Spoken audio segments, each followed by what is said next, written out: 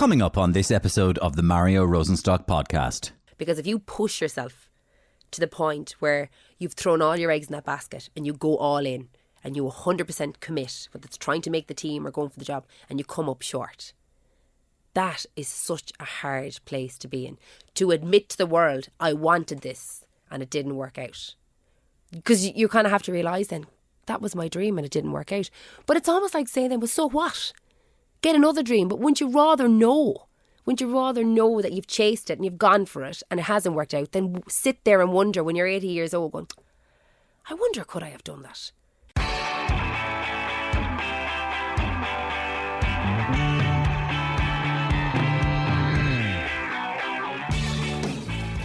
Reading out Anna Geary's list of achievements is an exhausting task. It includes Cork Rose, All-Ireland winning Cork Camogie captain, coach on Ireland's Fittest Family, member of the Sunday game team, radio presenter and a contestant in Dancing with the Stars. But Anna can now add author to that list. She's just published her first book called Anna's Game Plan, which she describes as a practical toolkit to help people become more confident and be able to be more in control of their lives. And we talked a lot about building confidence and resilience during our chat, as well as what Anna has learned from the highs and lows of her remarkable career so far. Did you hear about Micheál Marthig? And I was like, no. And he's like, he has just announced his retirement from broadcasting. And I was like, wow. He looked up and he just said, imagine, that man has given decades to broadcasting and 1 hour with you and he decides to call it a day. Do people think I'm a bit much? You know, do people think that, she's constantly always striving to do new things and try new things? Do people think that, this one's got notions about herself? What drives me is that idea of, why wouldn't I say yes to Dancing with the Stars or being a coach in Ireland's Fittest Family or trying to, if it doesn't work out, yeah, it's bloody scary, but what's actually also scary is not having that courage to give it a go. And it's almost like I was getting it out of my system. And then... Sorry, do you know what I'm getting from this? No. You're actually telling me you're even good at being defeated now. She's even good at this shit. Is there anything you're not good at? I tell you, I'm really good at accepting defeat. I'm not. Really good at that. I'm not. Actually, do you know what? I'm the best at it. I really... Nobody's better than me. I had so many things that I wanted to talk about with Anna before we started this interview, and as happens with the best conversations, we ended up going down a totally different direction altogether, and a very enjoyable one at that. My full chat with Anna coming up very shortly, but because it's Anna Geary, there was obviously huge interest from the GAA community and beyond in the prospect of listening to this conversation, as the voicemails now reveal. Hi, you've reached the Mario Rosenstock podcast. Please leave a message. Fortune, this is Micheál Marthig. A big boola boss to you, Mario, for having Anna Geary on, the legendary Anna, Camogie All-Star Anna, and of course Dancing with the Stars Anna. Eg Dowsa Cunna Realty. I remember commentating on Anna very well. Anna Geary and Dancing with the Stars takes to the stage. Anna from Cork, not a waltzing stronghold, but here she is with Fabrizio. Fabrizio dips her down. He snags her back up again. A beautiful New Yorkers. What a lovely spin. It's over the bar. Oh, but will the judges allow it? The judges say dance on, dance on, dance on. Yeah, hi, this is Katie Taylor with a message for Anna Geary. Hi Anna, this is Katie Taylor here. Listen, you're such an iconic sports person. I have such admiration for you. I've been watching you for years in the Camogie and that, winning all those medals for Cork. Listen, I wonder, have you ever thought about giving the boxing a go? I'm looking for an opponent in the 3 Arena in May. I think the two of us really draw a crowd. You know, Anna Geary versus Katie Taylor, battering the heads off each other. I know you're not a boxer and I know you need a bit of practice, but I'll let you use a stick and all if you want to have a go with me, okay? Give us a bit, call us back there. Anna, Matt Cooper here. I used to love listening to you on the old block rockin' beats there on a Saturday. But anyway, listen, we're looking for a bit of a new GAA pundit on The Last Word. Peter Canavan, the whole thing is getting a bit worn out, you know, between yourself and myself. Peter's old droll delivery, you know, half the time, you know, the Tyrone thing, you haven't a clue whether he's taking the piss out of you or not. But anyway, we're thinking of getting rid of him. Needs more Cork, in my opinion, Anna. Give us a call. Thanks. So we had the mics live as soon as Anna and I got into the studio. And as we got settled, we started chatting about Jack Charlton and Andy Farrell and the incredible impact that they have had on Irish sport. So let's jump in there. With no airs and graces. Maybe it's that. Like, Andy Farrell is remarkably just like reserved for a guy that literally is so successful. And like even his son and everything, like there's no way. The other one is that just about Charlton, I remember that this is interesting to talk to you about as well, because maybe it took people like Jack and Andy to almost come into a place like Ireland and kind of tell us, you know, you are good enough. And I'll tell you why. Because I'm the best and I won a World Cup. Yeah. And I remember thinking, you know, obviously Jack Charlton won a World Cup winners medal. But I remember thinking, looking back at Andy Farrell's career, and Andy Farrell was the absolute superstar of rugby league. Superstar. He was revered all over the world. And maybe these guys, they just have this easiness about them that they just come in and they go, no, you can win. You can do it. Yeah. I say, can we do it? We're Irish. You say, you're brilliant. You're bloody Seeking brilliant. approval. But we can't, that's a cultural thing though as well, I think, in Ireland. That Isn't we're it? constantly this like external validation. Are we good? Are we good? Tell us we're good. And we need to hear it. And I suppose like that, when you have a standard bearer like that that's saying, you get the nod of approval. Because it's just that little bit of confidence. But it's the same even if you think about the likes of Roy Keane. Because he's such a standard bearer in this country. Yes. And if he gives you the nod Yes. and he thinks that you're doing Yes. a good job, well, you don't, you know, then you are doing. Yeah. You know, so I think people crave that from the people that have been there and done it. They do, but it raises that interesting thing about England and Ireland again, you know, the big brother and thing, you know, and they're seeking approval. And that thing which I always associate with the 70s and 80s, where people would go, do you hear he's been over to England? He done well over there. Oh, well then, we'll hire him immediately. How much money do you want? We'll break the bank for you.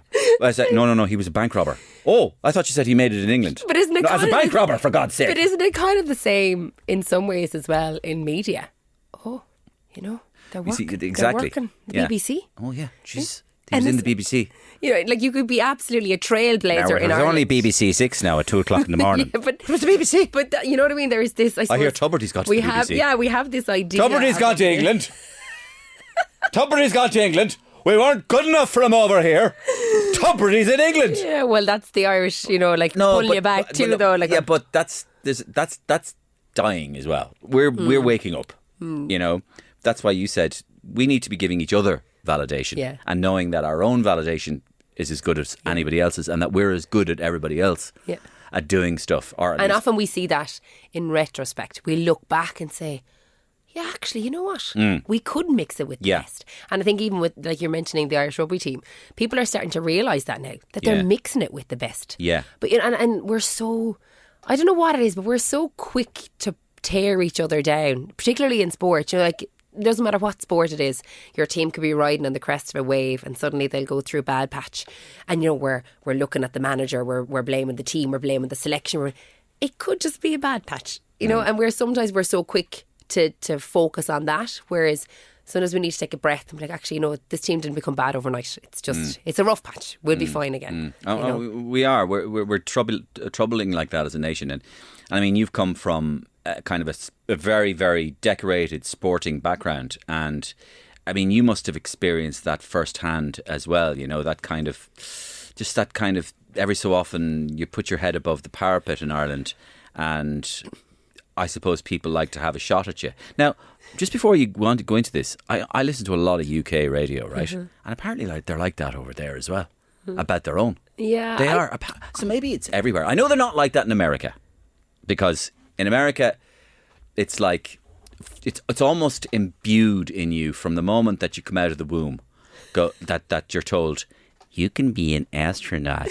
Yeah. And the kid is going, I want to be an astronaut. Yeah, and everybody goes, you go, Bart, or Brad, or Chad, or Chud. And you hear right? them on the X Factor, and the mother is bigging them up, and then they open their mouth and they have a note in their head. Yeah, whereas if you're in Anacarty in Tipperary, and you go, I want to be an astronaut.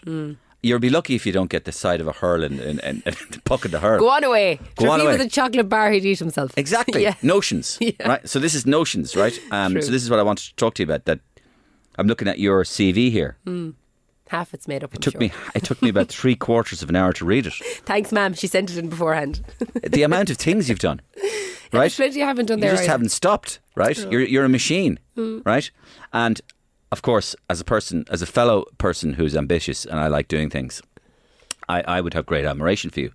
But I wondered, did you ever feel awkward at all in your development as a human being here in Ireland, that you see, because I know, having talked to you once or twice and just seen you on TV and everything, you have a refreshingly kind of unashamedly, positively ambitious approach. Did you ever feel that was a little tricky being in Ireland, behaving like that?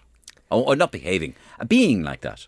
I don't know if it was about being in Ireland. I definitely have found down through the years being a woman and being very competitive and being ambitious and being driven. She's pushy.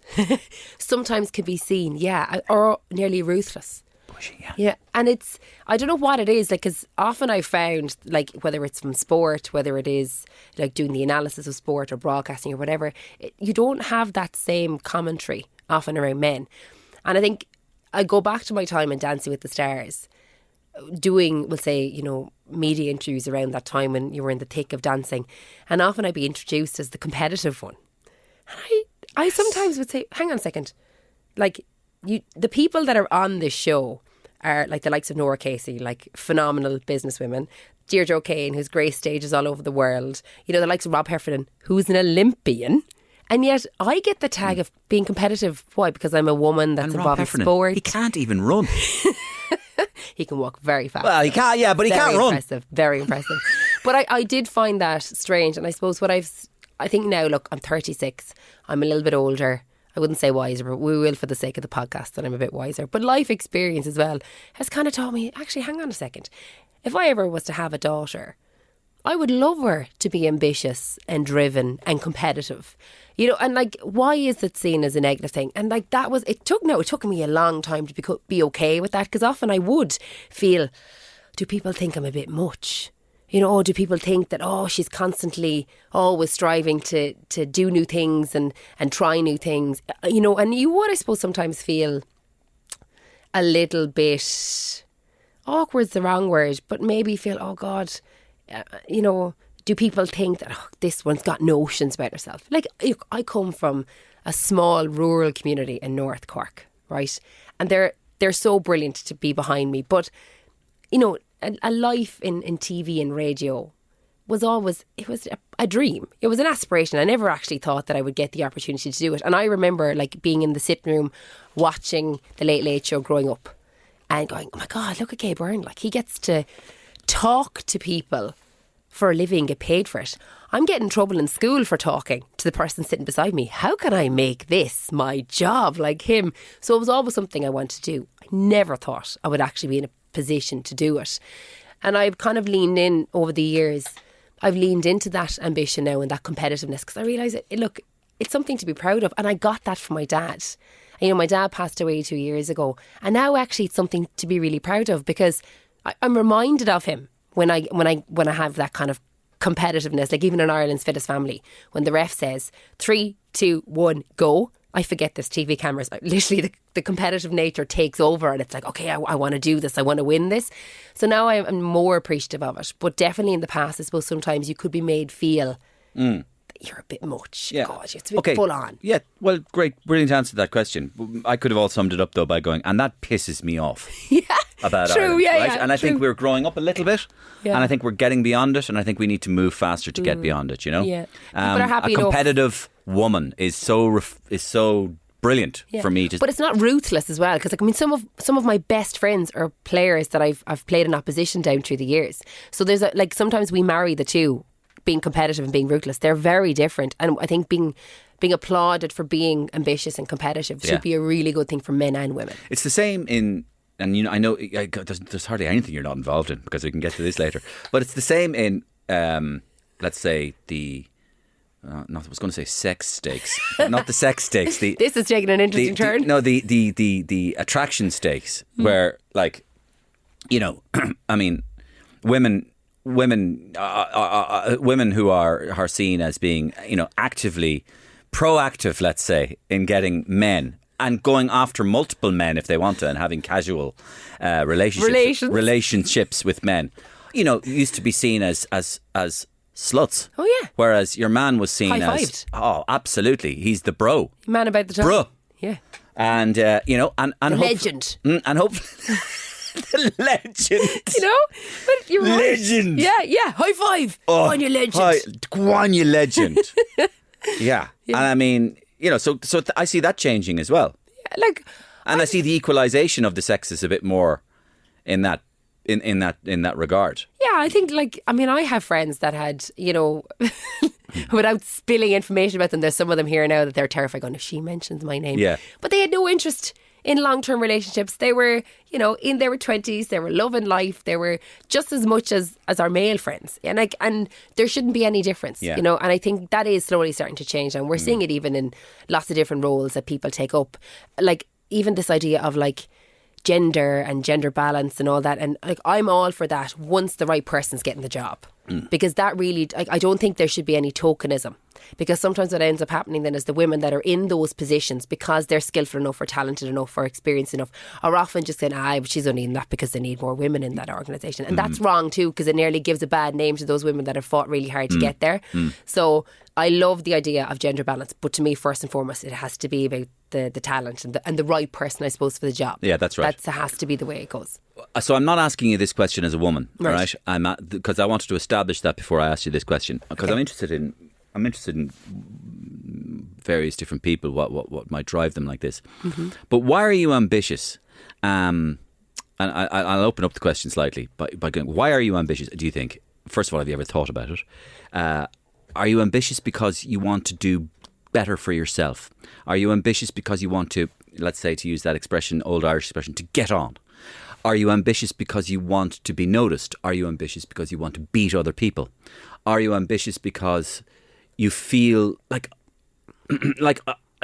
you want to fulfill or discover potential within yourself that you don't know you have and want to find out if you have it? So have you thought about that at all? Or? I'm listening to what you're saying, and being very honest, I'm probably saying yes in some way to all of those things. Because look, for a long time, even when I got the good grades, I tried to be good at sport. You were good in school? Yeah, I was good at school, and again, it was going back to I was driven, and I wanted to do well in early. class. Yeah, your dad. And I think, I don't know, maybe it does stem from that idea of the good girl mentality. Do your homework, don't get in trouble at school. Please, daddy. Yeah, please, mommy and daddy, and bring and it was weird, because I suppose there was never any pressure from them, but I think it probably was a pressure from within me to be the best. And I think, to be honest, when I was younger, trying to be the best and that idea of perfectionism probably was a massive stumbling block for me, because not everyone can be brilliant at everything, and I hated not being good at things. I'll actually give you an example. I remember going to Irish college in secondary school in second year, and we had a volleyball competition. I'd never played volleyball before. I'm kind of vertically challenged, I'm 5'5", so there was girls around me and boys around that were a lot taller than me, so more suited to the game of volleyball. I feigned an injury. Can't believe I actually had no idea we were going to be going down this route with chat, but I pretended I had a sore wrist, because I was like, I've never played before, and I probably won't be good, so I won't play. When you think about it, I was only about 14 years old, but the fear of not being good completely took over, and it actually took away from the enjoyment part of it. And I think a lot of people we all have a little bit of that in us, especially as we get older. As kids just do stuff for the sake of doing it. They'll try cartwheels, they'll try riding a bike, they'll try rolling down a hill. Well, they discover competitiveness pretty early, though. Yeah, well, I suppose that often comes, though, from your environment and the people that you're around as well.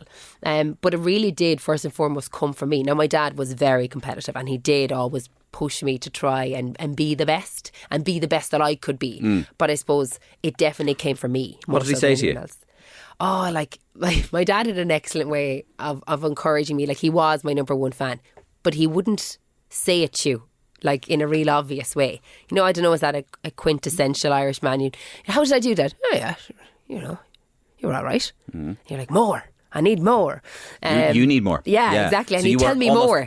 Okay, go yeah, on. And that's your. And he wouldn't. He'd be reserved. reserved. He'd be like, yeah, no, you were. But what were you doing there halfway through that second half when you ran up with the ball and you tried to put the ball over the bar from 50? Shouldn't have been doing that. But Dad, I got 6 points and I got player of the match. Yeah, but you shouldn't be doing that now. You should pass that ball in. And I think, I don't know, is that an Irish thing again, going back, that just trying to keep me grounded. I remember going back even in, was it 2010?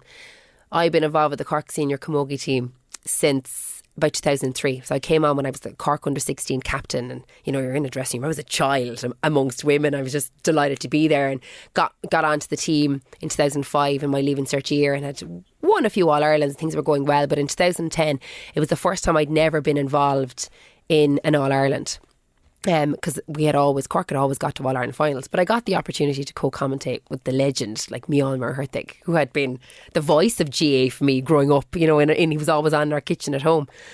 And I remember like the following week I came down and home to Cork, and I met my dad in the kitchen, and he was reading the newspaper, and I was like, Dad, like, you know, how do you think I did? Did you tune into Radio 1 to hear me co-commentating? And he kind of just lowered the newspaper so you could just see his eyes, and it was like, yeah, they were just so deadpan. He's like, oh yeah, you did all right. Back to reading the paper. And again, he supposed that, no, I want more. Specifically, what did you enjoy? Tell me. And it was like that younger person, tell me how good I was.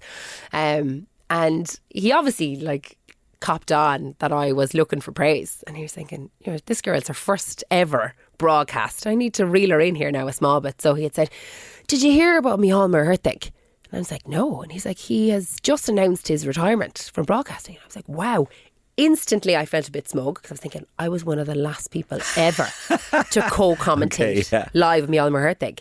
And my dad almost like sensed that. So he looked up and he just said, imagine, that man has given decades to broadcasting and 1 hour with you and he decides to call it a day. But that was, looking back now, I remember at the time I was highly indignant, but at the time, like, that was his way of just keeping me grounded, saying, you know, well done, but you know, you've more to do, you've more to learn.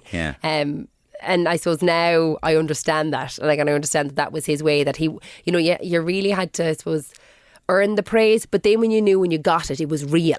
Because I think sometimes, do you know, we're around people and they tell you you're amazing, they tell you you're great, but do they actually mean it? Like, I think it's really nice to have somebody that mightn't be as forthcoming with praise, but it's genuine then when you get it. Like, we need those kind of people in our circles as well. You know, I think it's important to have those, because otherwise praise kind of gets empty. I don't know, yeah, and diluted nearly, you know?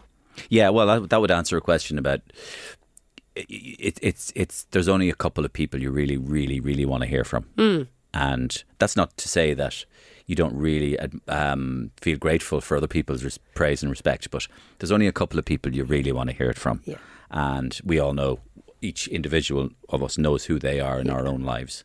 But not everyone does, Mario. Not everybody what? I don't think everybody knows those people. Like, they don't often seek out the people whose opinions they might value, but they don't actually often ask their opinion. And I don't know, is that for fear of what would be said to them, or for fear of what that person will think if you ask them, you know, would you mind, you know, for me, listening into a radio interview to see how I do, or would you mind going to one of my talks?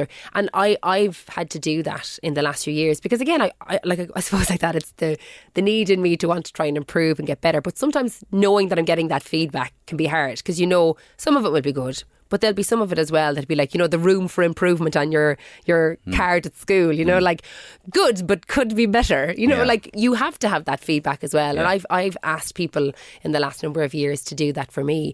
But I think often we're afraid to ask those people. And somebody said something to me a few years ago and it really stuck with me as well, especially in the world now of online and social media. You know, if you wouldn't ask for somebody's opinion, why would you care about their criticism? And it's kind of, especially I suppose when, you know, often I would be in the public eye and you'd have people sometimes doing a running commentary, and it is important for me to remember that too. You might see your name and I don't go looking for it, so it's ignorance is bliss. But there are people sometimes that will have opinions of you, but I have to remind myself, I'm like, you know what? You don't know that person.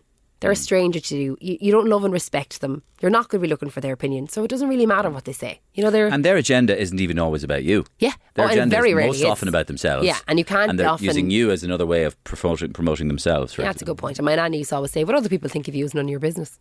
Yes, exactly. I've heard that one. And also, it's from your perspective, or from even my perspective, about people criticising you in comedy or drama or anything like that, and they're writing a bad review about you or something. And you can be and I mean, believe me, it takes... You can be very upset by those reviews, you know, until you realise, among other things, that part of their job is to write the bad review. Their job isn't to write a good review. They write their job when they get their job. They go, "I'd like a job, please. What are you going to be? I'm going to be a theatre critic. So you know what the gig is here? Yeah, I'm going to slate everything." Pretty much, and everyone. Yeah. And the odd time I'll say something is really good. It'd be flavoured. Oh, but I'll be. If I've done 3 good ones in a row, I'm definitely going to slate the next one. But do you have a system or a process that you go through? Now, I'm sure you would never get bad reviews anymore. But do you have a process that you would go through to kind of deal with that? It's quite primitive. First of all, I have no problem. First of all, I would be hurt by it. Okay. And I would take a while to work through it. Yeah. And I generally find going for a 1 hour long walk really helps. Okay. Because I think you can walk off nearly anything. I agree. And I think surprisingly good things happen to your brain and your body when you walk. I think a lot of good things happen. I'm not exactly neurologically sure what they are, but I know they happen because I've been doing it so long that, or even go out for a vigorous tennis or something like that, or play something, get your mind into another place. Yeah, but no, I find it hard to get over with. And listen, I'm not going to lie. I'm not going to go, grasshopper, I have found the secret to overcoming bad criticism. You must rise above. Yeah. I don't rise above it. Yeah. I'm sorry, I haven't, and I won't. What you do is you get a bit more used to it, and you just go. You know what? I'm doing exactly what I love in life. Toughen up. Yeah. And as you said, you have to take the bad with the good sometimes because you do love what you do. Yeah. Because I think that's really refreshing. That's for the you most. to say that. That's the most important thing. That's the most important thing. I've just got criticised there, and you go, okay, tomorrow's chip papers. Yeah. Tomorrow, I get to do what I love. Yeah. Every day. And I do. So, and that would be, I've always tried to get that in anything I'm talking or interviewing people about. Do what you love. Yeah. Do what you love. And I think it was do what you love. I think Jim Carrey said this. He says, go for your dream. Go for your dreams. I know it sounds cliche. He said, go for your dreams. Go for your number one dream. Yeah. Because he said, it's very possible if you settle for second best, you may fail at that as well. It's so true. And then how do you feel? Yeah. Shit. Yeah. Right? Because it was never really what you wanted in the first place. No, you didn't even want it and you failed at it. Oh, you know what? I'm going to do... I forget this rock star business. I'm going to become an accountant. Yeah. And you're refused from every firm, KPMG. Because you could never balance the books. No, you were no good. You never balanced the books. You lost it. But isn't there... I think so there's... go for being a rock star. And you know what you'll end up doing? If you're not a rock star, you'll end up having music in your life all your life, and it'll be the love of your life, and maybe you'll find it you'll be earning money another way, but actually music will be the love of your life. Yeah. Go for being a rock star, because if you don't become a rock star and you have music don't have the music as love of your life, you may become an A&R man in a record company because you've always admired talent in music. Maybe you will, but go for your dream. You know, go for your dream. Do something you love. That thing you'll never work a day in your life. Yeah. But anyway, listen, back to you, because okay, I'm trying to keep the ambition and competitiveness, all right, and all that.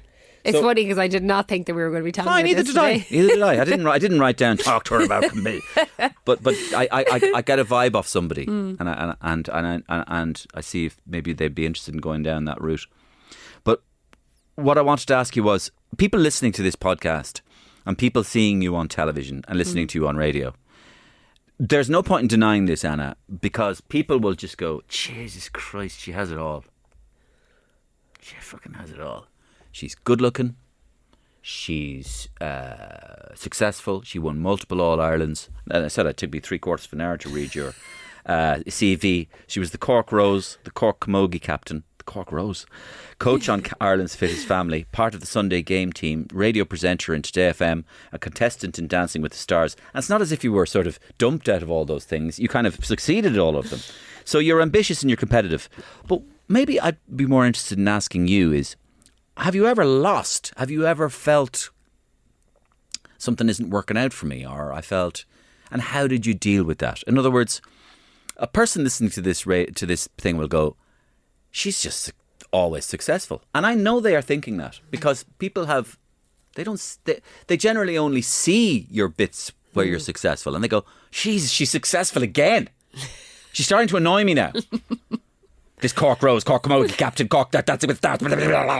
Does she ever fuck up? Yeah, loads. Right. Yeah, well, talk to me about that and talk to me about how you deal with it or how you dealt with it or how you felt about it. Yeah. Like, look, when you come from a world of sport, you mess up every single time, every single game. I've lost lots of All-Irelands. I've been at fault for sometimes when my team has lost, you know, like I've been dropped from teams, and that's just sport. You're not even talking to the relationships that didn't work out or the jobs that you didn't get. But even if we just kept with sport, like, you know... Are you the type to blame yourself when a relationship ends? Yeah, I probably, and it's the same when my team would lose, I would be like, oh my God, if only I hadn't messed up that ball, or I hadn't, left my player off for that score. Like, it would be, and I probably would overthink things and like sometimes ruminate on that. And especially when I was younger, you're that critical voice, geez, it would be up, like, heightened. And I suppose in lots of ways the critical voice has probably helped me as well over the years too, because it kind of shines a mirror sometimes, going, well, this is where you currently are, and you don't like to look at it, and maybe you were at fault for that match that you lost, and maybe that's an opportunity for now to take some feedback from it and see how you can improve. But like, one of the things that I have done over the years, anytime things haven't worked out, is almost I've allowed myself to be disappointed. I think that's, and upset and cry and scream and shout profanities in your car. Can't believe that person got this over me. That's okay. Because I don't know, is it maybe a thing where we're like, it didn't work out, but stay positive and keep going. Being positive all the time is bloody exhausting. So I think you raise a very interesting point there. We live in a culture which seems to encourage relentless positivity, and it's very toxic. And I've definitely found that, like, I would consider myself in the most part to be a positive person. But shit has happened to me in my life. Bad things have happened, really difficult things that I wish I haven't had to go through. Like, I've gone through the loss of my dad and my brother. And that's only in the last 2 years. There's plenty of other things we could go through that haven't worked out. And he was terribly young, the brother. Yeah, and like, everyone's got stuff, Mario. Like, everybody's got things that they're going through, whether it's a crap breakup or like a job that they wanted to be since they were really small, and then, like you said, you finally get to it and you're like, actually, I'm not good at this, or I don't like this anymore. Or maybe it's a relationship that you pinned all your hopes and dreams on, and the person didn't turn out the way you wanted them to be. Everyone's got things. So it's like you said, it's how do you cope with them. And the first thing is, it's allowing yourself the space to cry and to get upset and to be disappointed. And I do that, and I would have done that for years. Even after matches, I probably would have been low in myself and upset, and my mood wouldn't have been great. And it's almost like I was getting it out of my system. And then sorry, do you know what I'm getting from this? No. You're actually telling me you're even good at being defeated now. She's even good at this shit. Is there anything you're not good at? I'm plenty. I tell you, Mario, I tell you, I'm really good at accepting defeat. I'm not. Really good at that. I'm not. Actually, you know what? I'm the best at it. I'm really... Nobody's better than me. I'll tell you, there was a girl once and she got beaten a few times. She was all right at it. But I was better. I'll tell you how I was better, Mario. I let it all out. I bawled my head off. And then I went out and I had a relationship. And this fella, I pinned all my hopes and dreams on him. And it didn't work out. And I bawled my fucking head off, Mario. And I said I'm the best at being defeated. I wish it was that simple. But it is something that I do, and it does help me. Now, my God, it doesn't get to the bottom of it, and it really doesn't. But I have found, unless I allow that emotion out, it kind of builds up in me. And then, like when you catch your jumper on the door handle one day and you've had a crap morning, and then all of a sudden it's like, yes, I know that one. That's because you haven't, whatever everything that's gone on that day, you kind of, exactly. And that's the small tiny thing then that's been one thing too many. You're essentially saying, let it out, be human. Yeah. And allow yourself to wallow a bit, and allow yourself to, to sit in the fact that the job's gone, like tits up, for want of a better word. Have you ever sat have you ever sat on a sofa with a large tub of ice cream, just shoveling it into your mouth? Yeah, and that's on good days. Have you though? Oh, absolutely. Yeah. Like, Doritos? Yeah, absolutely. You know what? Chips? I have never battered met sausages? a calorie I didn't enjoy. Right, well, I want to know the bad ones. Tell me the bad ones. Oh, what you're in an absolute funk of a wallow mood now. What's Anna loading up on? Pizza. Yeah, what flavours? Ham and pineapple, don't judge me. Right, that's a GAA pizza. Do you think so? Yeah, a lot of people go, pineapple on a pizza? You're trying to be healthy or what? I even heard Micheál O'Mara say it once. It was on the thing. He was there like, Sean O'Galpine, he has the ball. He likes ham and pineapple on his pizza. That isn't really. Well, I'm in good company if Sean O'Galpine That's a Fijian pizza. Yeah, we're very exotic. Notions when it comes to pizza toppings. Yeah, pizza, ice cream, chocolate. I really don't discriminate. Failing gloriously on the couch. And I really enjoy every bite of it. And I look, I think often. But I guess what you're saying is it's important. You said it already a few minutes ago. It's important to be who you are, but then it's how you deal with it. Yeah, and I'm saying this now. I feel like this is almost therapy for myself. not always being in the rat race to be productive. Like if you think back even to a few years ago, do we dare say the dreaded lockdown word? You know, lockdown nearly became a productivity contest. You know, the banana bread, the 5Ks in sub 20 minutes. I saw you won that as well. I didn't. No, in 2020 you won the 2020 Irish banana bread making contest. I didn't. My husband would be like, she can't bake a banana she won bread. The Zoom bingo contest. I might have been the person eating the banana bread. I wouldn't have been the person making it. And I definitely wasn't the person running the 5Ks because I'm not genetically designed to run long distance. I'm more of the sprinter. Anything less than 200 metres. Anything after that now, I'm like, no, into the nearest ditch. Yeah. But you know, it's giving yourself that time, I think, to press pause, and I'm trying to do that, and I think it's important, and it's a work in progress, and geez, answers on a postcard if you know exactly how to do it. But I learned something in the last couple of years through no reason. I just came across a thing that I started telling myself, and it's to deal with difficulties that you might have, or just a bad day, or a bad week, or a bad period even, which is like, you know, a little longer, you know, where you're going through something a little longer. And it was, I think it was just very, very simple expression I heard somebody say, but it really is useful. And it went, try and be your own best friend. Mm-hmm. Imagine what it would be like to be your best friend and do all the things that your best friend you think would do for you. I think that's a really nice one, because then you can imagine you be yourself and you go, what would my best friend do for me if I was my best friend? Yeah. So be your own best friend. And that helps a lot, because you can almost keep yourself company when you're... And that's the relationship, isn't it? That, like, more than anything else, that's the person we spend the most time with, is ourselves. Yeah. And as even... Die alone, you're born alone and you die alone. Yeah. But, you know, you spend a lot of time. And I suppose I have spent a lot of time in my own company down through the years. And I've realised as well that sometimes I don't talk to myself in the way I would talk to my best friend, because if I did, she wouldn't be my best friend anymore. I can be really critical. And it's about catching that now, you know. And one of the things that I do, you were asking earlier on, is if I do find myself starting to spiral into a really negative thinking pattern, I'll actually, often it's just something simple. Hang on a second now. Is that a fact? Take, for example, like last weekend, I had my book launch. And during the week I was really nervous, and I was like, my husband sensed it off me. He's like, what are you really nervous about? I'm really nervous that no one will show up. I felt like it was the 21st all over again. You know, like, what if nobody comes? And then I had to be like, when I heard it out loud, I was like, that's ridiculous, because look, if nobody else shows up, my friends and family are going to be there. So that's actually not a fact. So what you're worrying about isn't a fact. And I think if all of us did that and we found ourselves spiralling into a negative, it's like, is what you're thinking a fact? And sometimes that's all you need. And the distraction thing is really good too. Like going out for the walk, I find exercise is really good to distract myself when I'm in that kind of headspace. Yeah, you've raised another thing there. My wife, Blonde, is really into, and has been for years, into the concept of stoicism. Yeah. Right? So it's kind of like a bunch of little laws that people kind of look at, and kind of ways to live your life, which are kind of really helpful. You know, and one of their chief things, Stoics, is you do not try to be worried or control the things that are outside of your control. It goes back to what you said. You can only control what you can do about something. You can't control today if it's going to rain or whatever, or things are going to happen to you. You can only control what's in front of you and what you can do, you know. And that's this famous principle about the Stoics is all about the obstacles in front of you are actually the way.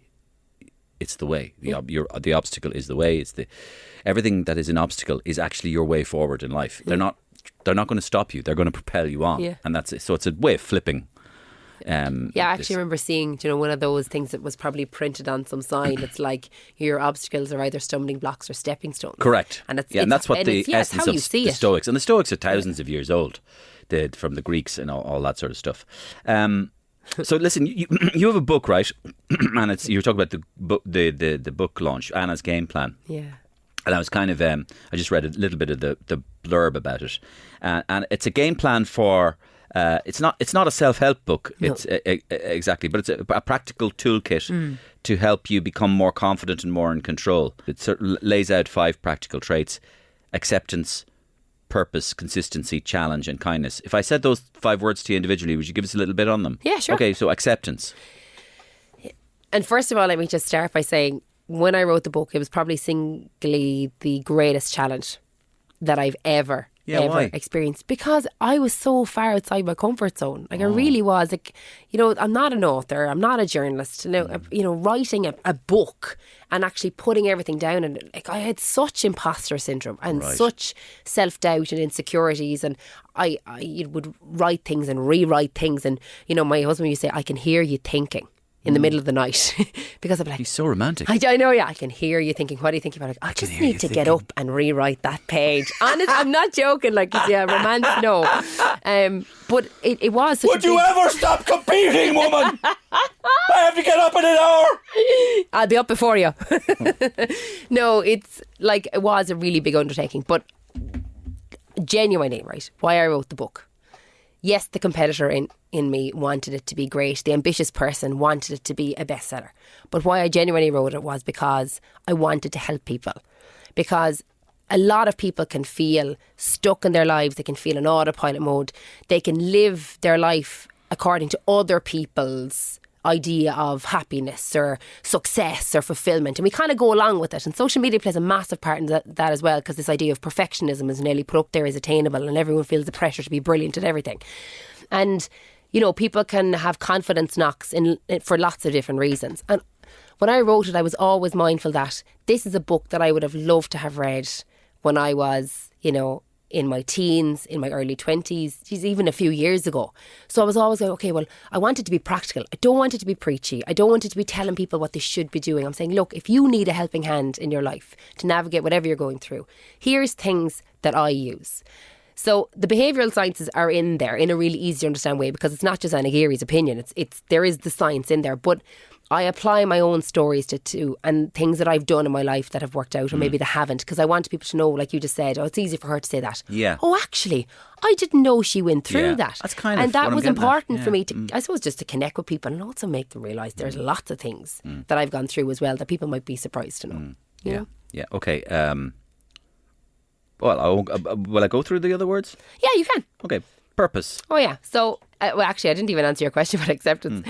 The thing about acceptance is, to me, everything starts with acceptance. You know, whether that's accepting where you are in terms of your fitness. Honesty. Yeah, and it's kind of sometimes... Self-honesty. Yeah, and we look ahead all the time for our goals. We know that's the end goal. But like, we're often not taking a stock of what the starting point is. Yeah. What's the current picture? Yeah. And it's really bloody hard sometimes to accept where you are. Yeah. Whether that's... But refreshing. Yeah, but I've done that in my own life, and I haven't been happy with my answer.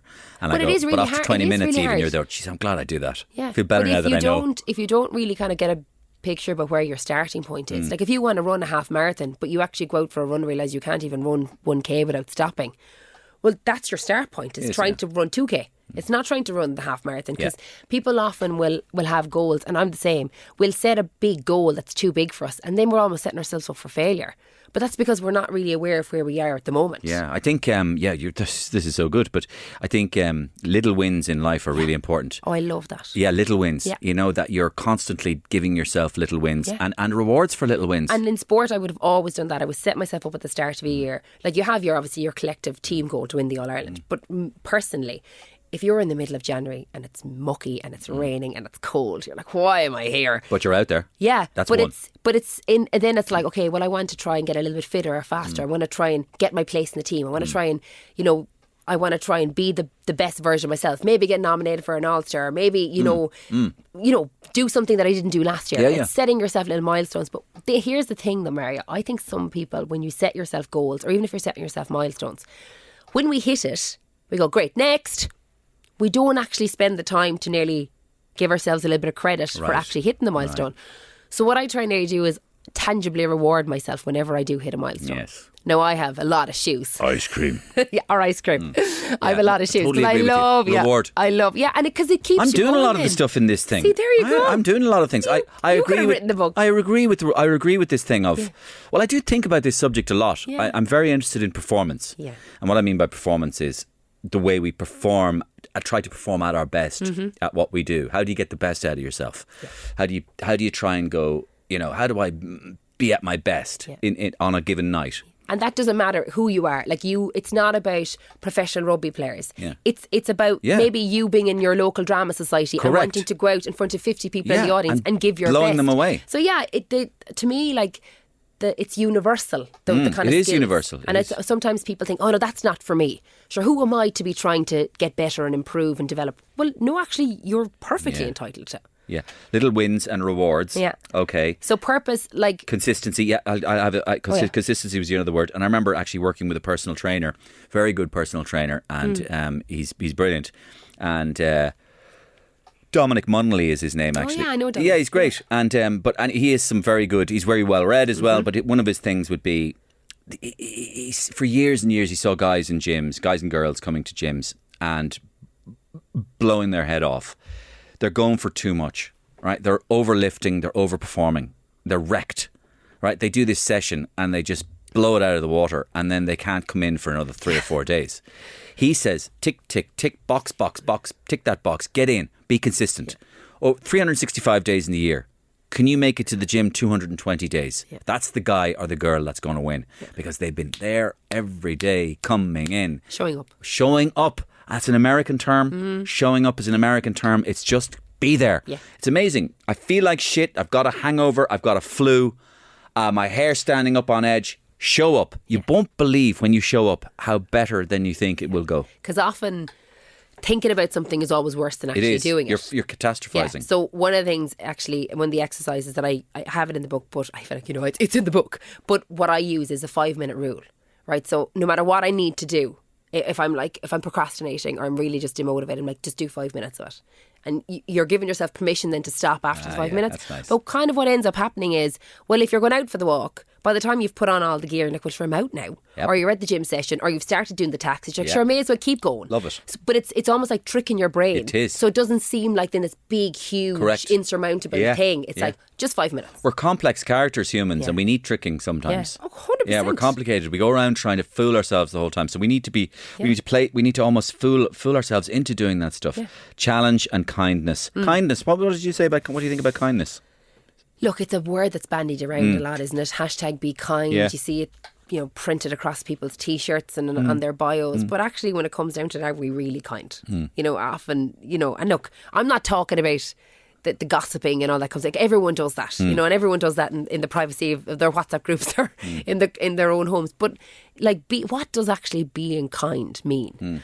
And first of all, it starts with yourself. We're not in any way kind or compassionate to ourselves, and which we, like you were saying earlier about being your own best friend. Like, we'll be lovely to everybody else, and then we are so horrible to ourselves. How we speak to ourselves, how we look at ourselves, we tear ourselves apart in front of the mirror. We loathe ourselves. Yeah, we do. And there's a lot of self-loathing. And often even go back to exercise. How many people exercise as a form of punishment because they've overindulged in the ham and pineapple pizza? Right. Good point.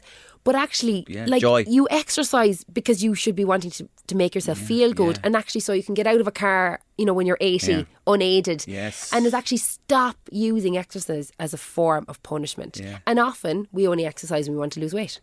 I like that. I think that idea So it's like, no, like there's so much more to it. And if you don't like the exercise you're doing, find a different exercise. Yes. There's lots of exercise. Hula hoop around your kitchen if you want to. That's That'll really do good it. for you. Yeah.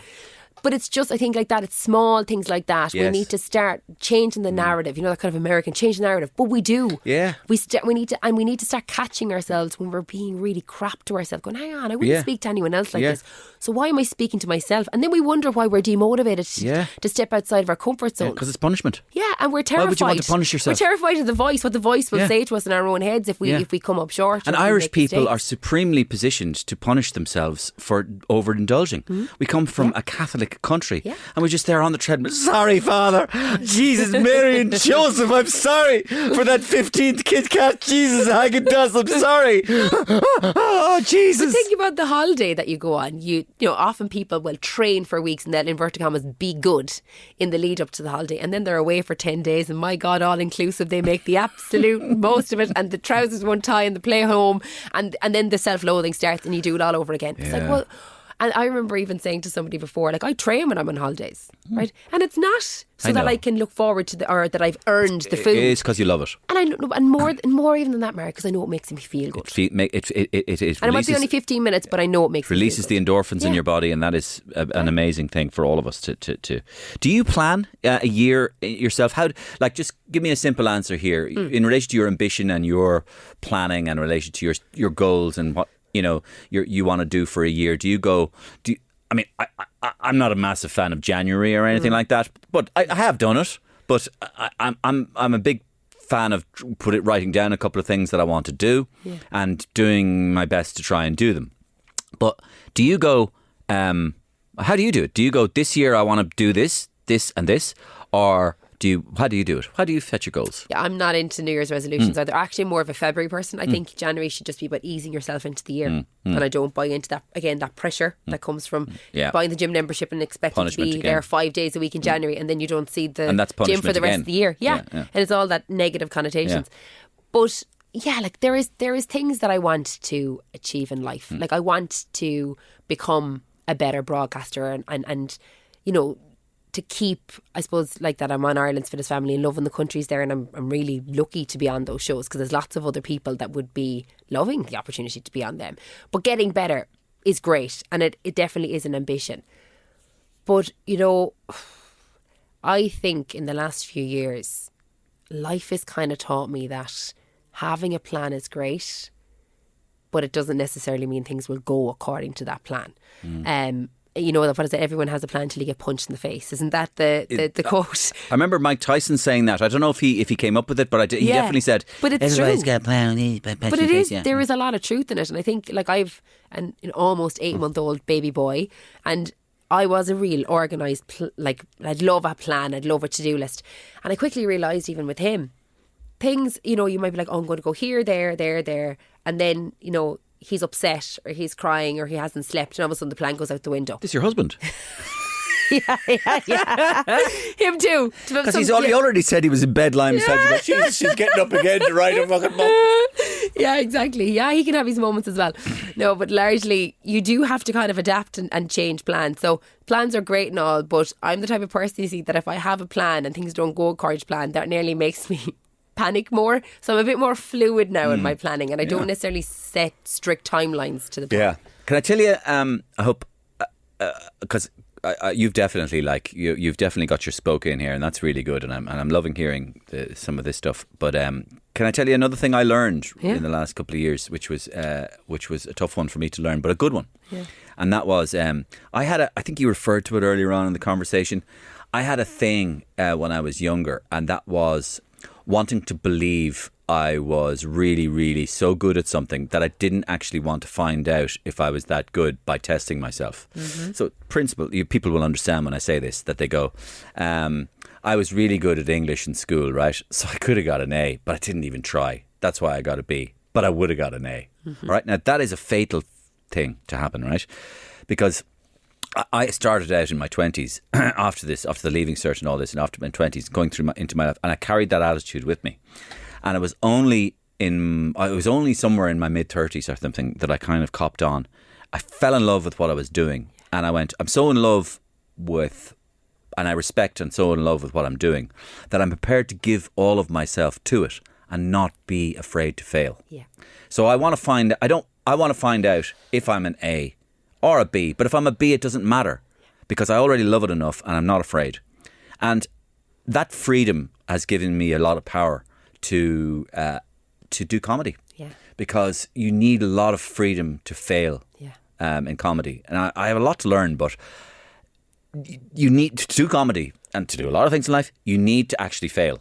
Because basically comedy starts out with 2 or 3 people in a room going, what about this kind of thing? And they fall off a cliff and everybody goes, Jesus Christ. Fucking Jesus. Yeah, great. Fuck's sake. That's a fucking brutal sketch. Yeah, what about that guy? Right? Or what do you think of my impression of Leo Varadkar? Oh, that's great, yeah. Jesus. Yeah, but you have to be able to fail. Yeah. So you have to be able to show it to people. Yeah. Because it's not only then can you show it to people, you can improve, but something you say in a room is added to something else somebody says, and suddenly you've got a great idea. Yeah. I'm not joking when I say this. I was going to say that earlier on, that exact thing. It's a protection mechanism. I'm convinced of it. Because if you push yourself to the point where you've thrown all your eggs in that basket and you go all in and you 100% commit, whether it's trying to make the team or going for the job, and you come up short, that is such a hard place to be in. To admit to the world, I wanted this and it didn't work out. And it's really hard. That's why people don't do it. They don't commit all in to lose the weight. They don't commit all in to go for the dream job or for the dream relationship. They're so afraid. You know, they're so afraid that it won't work out. And then what? Because you kind of have to realise then, that was my dream and it didn't work out. But it's almost like saying then, well, so what? Get another dream. But wouldn't you rather know? Wouldn't you rather know that you've chased it and you've gone for it and it hasn't worked out than sit there and wonder when you're 80 years old going, I wonder, could I have done that? Could I have gone back to college at 40 and trained to be the teacher? Could I have travelled the world on my own?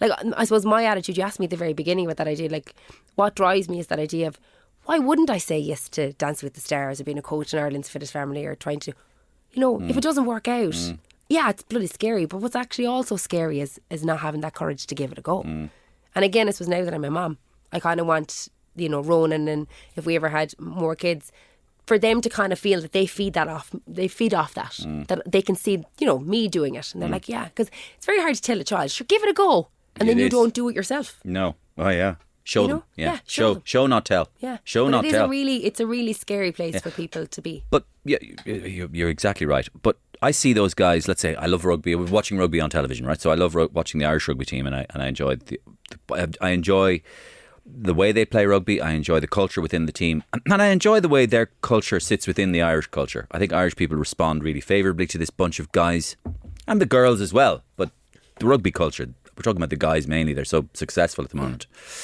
And people see them and they respond to them. There's something likeable about them. There's something hardworking about them. There's something decent about them. And you see them after losing a game like to England, and you see them liquidated on the pitch. They're shell-shocked. It's like, what the fuck just happened? Their dream is over. The Grand Slam is done. But within a few weeks, they're back and they're smiling again. So don't be afraid to go all in. And I love that. Go all in. Go and like all that, in. I'm sure that they probably cried into a pint glass or, you know, a few cans, and they were annoyed at themselves and things didn't go according to plan. But it wasn't as bad as they thought it would be. And they picked themselves back up Yeah, they again. did.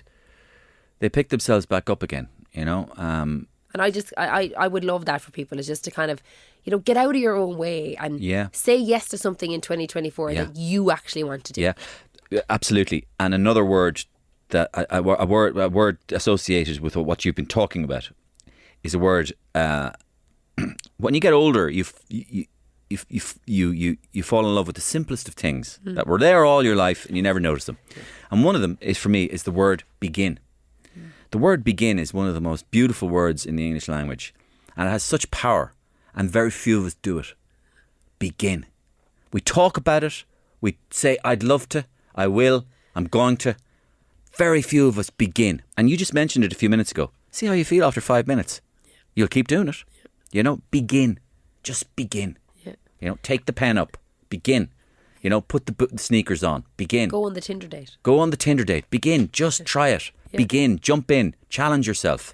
Because look, life can change in the blink of an eye, and it can blindside us, right? And things can happen. But also, I kind of think things can also go well in life, and things can turn out so much better than you could have ever anticipated. And I kind of think I would love people to feel that they have that right to explore what that looks like. Because I think there's too many people that we're so afraid what people will think of us.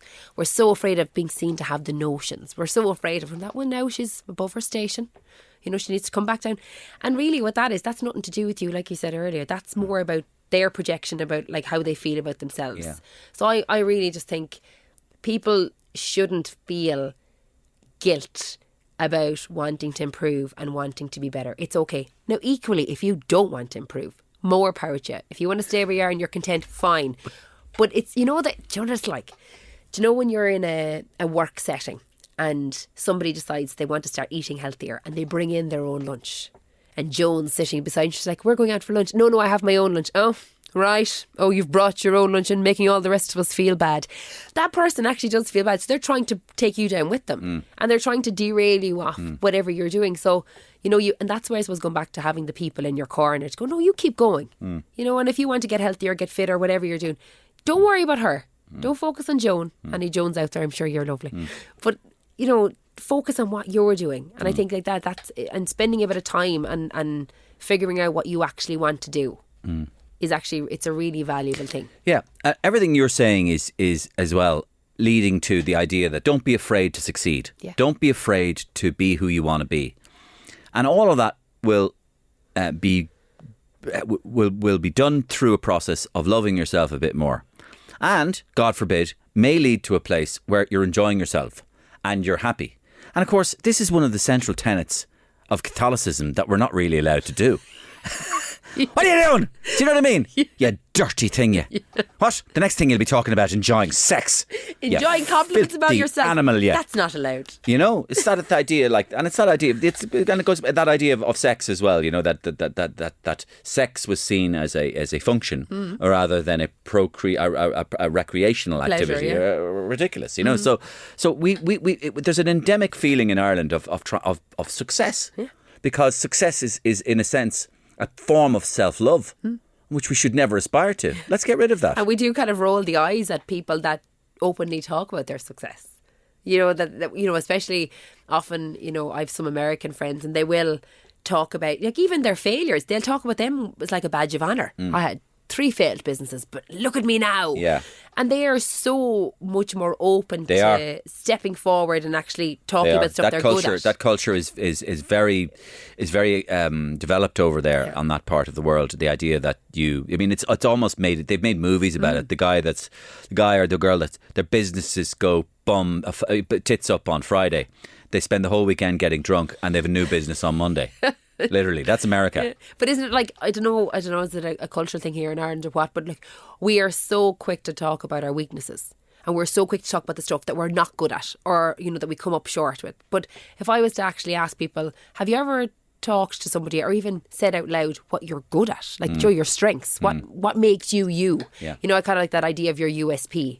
You know, like I worked in marketing for years in business, like the unique selling point of every product. Every person has got something as well that makes them unique and different.